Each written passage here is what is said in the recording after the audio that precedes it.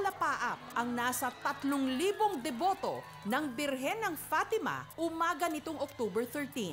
Sa kanila kasing pagtingala sa kalangitan ng San Remigio sa Cebu, ito ang kanilang nakita.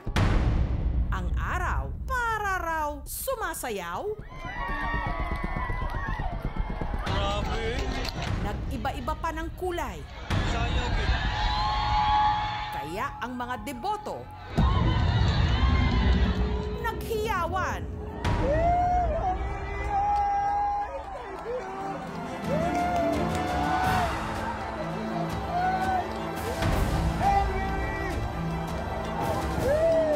Totoo nga bang sa Cebu, kamakailan lang nagka-dancing sun? Ang araw, sumayaw daw sa Cebu? Milagro o natural lang na nangyayari?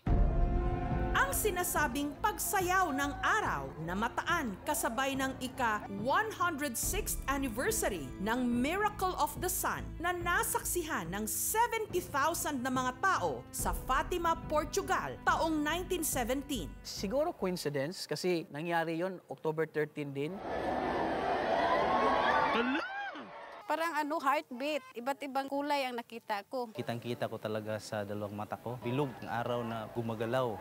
Ang nakadagdag kilabot pa sa mga deboto, nasaksihan din ang di umano pagsayaw ng araw sa kapilyang ito, ang Capilina de Fatima Replica o a copy of the Little Chapel of Our Lady of Fatima. I was amazed because the original Capilina was constructed 1920 during the pandemic, the Spanish flu.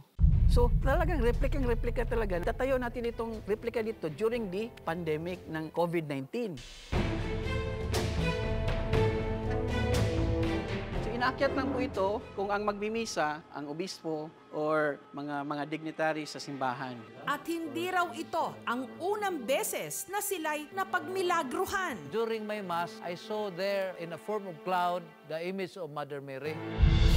I did not reveal it to the people. And now is the right time to let the people know. Ang debotong si Rachel, naniniwalang ang nasaksihang pagsayaw di umano ng araw, isang milagro. Sayang eh.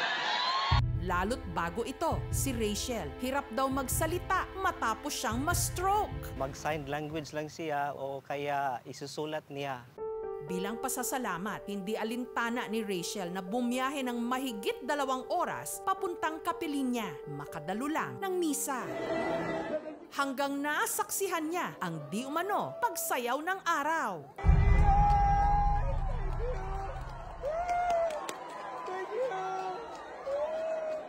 At tila nasinagan daw siya ng himala dahil matapos ang misa, ang dating hirap magsalita dahil sa stroke, bigla na lang daw naging maayos na ang pananalita. Lain-lain ng color. Kanang yung dancing sun. Ay ko Mama Mary lagi. Ko Mama Mary, salamat. Sila ko silak. Salamat si gani okay. Karon pa ako kay istorya kay maayo. Ang pagkabulol ng pasyente due to stroke ay maaring mawala in a few weeks or yung iba naman tumatagal ng taon. Minsan permanent. Without speech therapy, pwede rin naman bumalik ito. Ang deboto naman mula Balamban, Cebu na si Alfie, naging panata na dumalo ng misa sa Capilina. Pero gabi, bago ang misa nitong October 13, si Alfie may trangkaso. Naisip ko, kailangan kong pumunta talaga kasi panata ko na yun eh. Pero sulit naman daw ang kanyang sakripisyo ng personal niyang nakita ang di umano dancing sun. Para bang bulaklak na parang gumaganon-ganon. Di namin alam kung bakit kami naiiyak.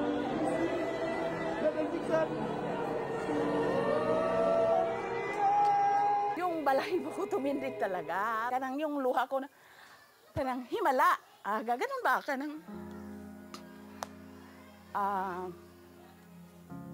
parang, Hindi mo ma-describe. At sa hindi raw maipaliwanag na dahilan, ang iniinda niyang bukol dulot ng thyroid cancer, bigla raw nawala. Wala na akong na-feel talaga. At wala na din yung parang mabubulon ako. May mga pag-aaral na nagsasabi na kung benign ang bukol, malaki yung chance or may chance na mag-decrease yung size or even mawala yung bukol. Pero not all the time.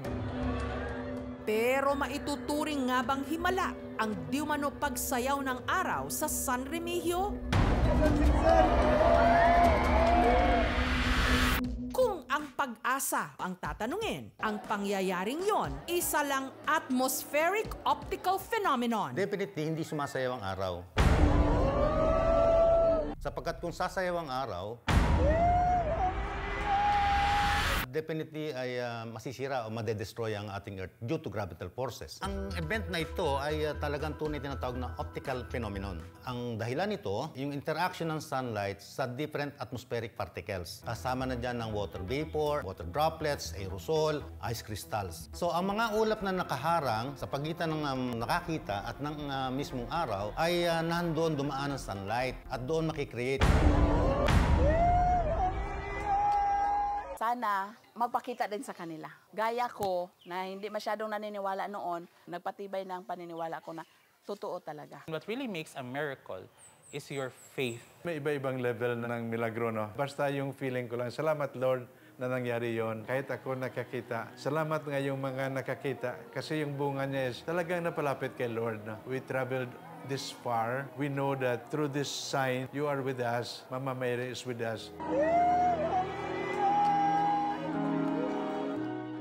Himala, mas maliwanag pa sa sikat ng araw.